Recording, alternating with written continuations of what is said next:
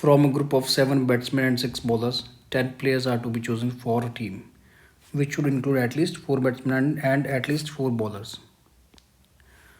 तो इसमें आपको क्या करना है, आपको you need to select a team of 10 players and there should be 4 batsmen and 4 bowlers.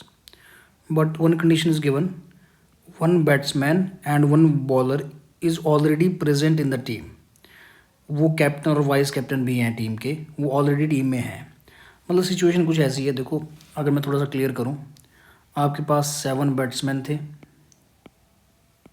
और 7 ही बॉलर्स थे. बॉलर्स 6 थे, 6 बॉलर्स थे, ठीक है, और ये 7 बैट्समैन थे. अब टीम बनानी है 10 प्लेयर्स की.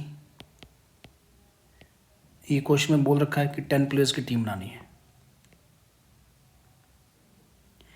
और इन्होंने क्या किया, इन्होंने टीम में ऑलरेडी ही एक बैट्समैन ऑलरेडी एंटर कर दिया और एक बॉलर भी एंटर कर दिया, और बैट्समैन को कैप्टन बना दिया, इसको वाइस कैप्टन बना दिया. ठीक है, तो अब टीम में सिर्फ 8 लोग चाहिए. Only 8 players are needed. जो नीडेड है ना, ओनली 8 प्लेयर्स आर नीडेड, क्योंकि 2 तो पहले चले गए. और इसमें भी क्या होना चाहिए, अब कंडीशन हमने रखनी कि टोटल 4 बैट्समैन होने चाहिए और 4 ही बॉलर होने चाहिए. तो क्योंकि एक बैट्समैन तो आ चुका है और एक बॉलर भी आ चुका है, तो इसके अकॉर्डिंग केस बनेंगे.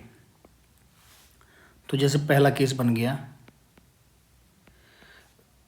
क्योंकि एक आ चुका है ना, एक बैट्समैन आपके पास ऑलरेडी आ चुका है और एक बॉलर ऑलरेडी आ चुका है. तो अब आपको टोटल 4 करने हैं. तो केस 1 बनाते हैं. मैंने 3 बैट्समैन ले लिए और 5 बॉलर ले लिए. ठीक है, केस 2 4 बैट्समैन, क्योंकि टोटल देखो स्टूडेंट्स 8. अब 8 की नीड है, तो अगर यहाँ पे 3 बैट्समैन आएंगे तो 5 अपने आप ही बॉलर हो जाएंगे. ठीक है, 4 batsman and 4 bowler. This is case 2. And case 3 will be 5 batsman and 3 bowler. I think this is clear.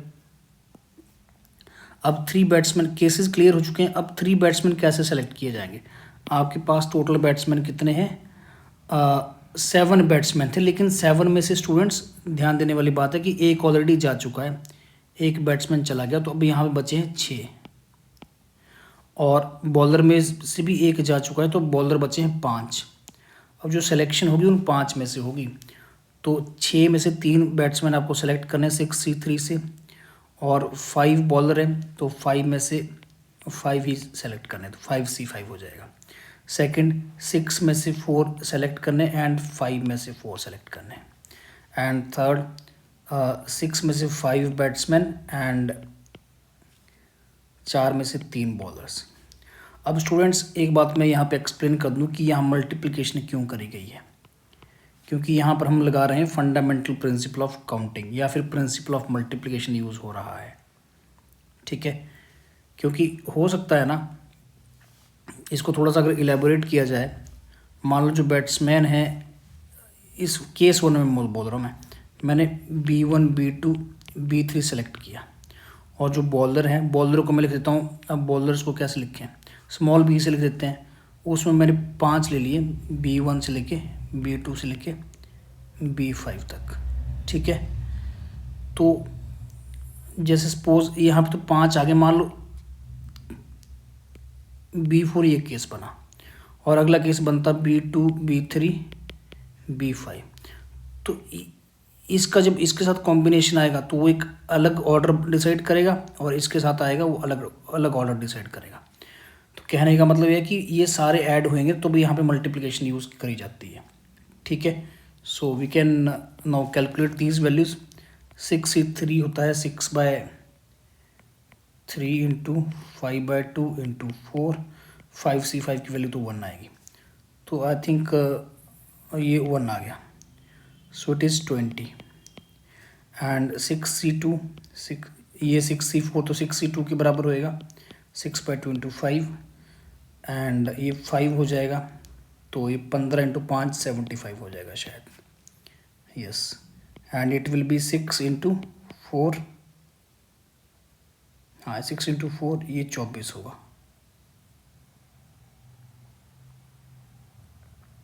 यहाँ पे 5 आएगा ना, 5C3, because we have 5 bowlers remaining. 5C3 तो 10 होता है, तो 60 आ जाएगा। तो टोटल अगर इन तीनों को हम ऐड करेंगे 20 + 75 + 60, तो 80 और 75, 8 × 7 = 15, it is 155। 155 will be correct answer.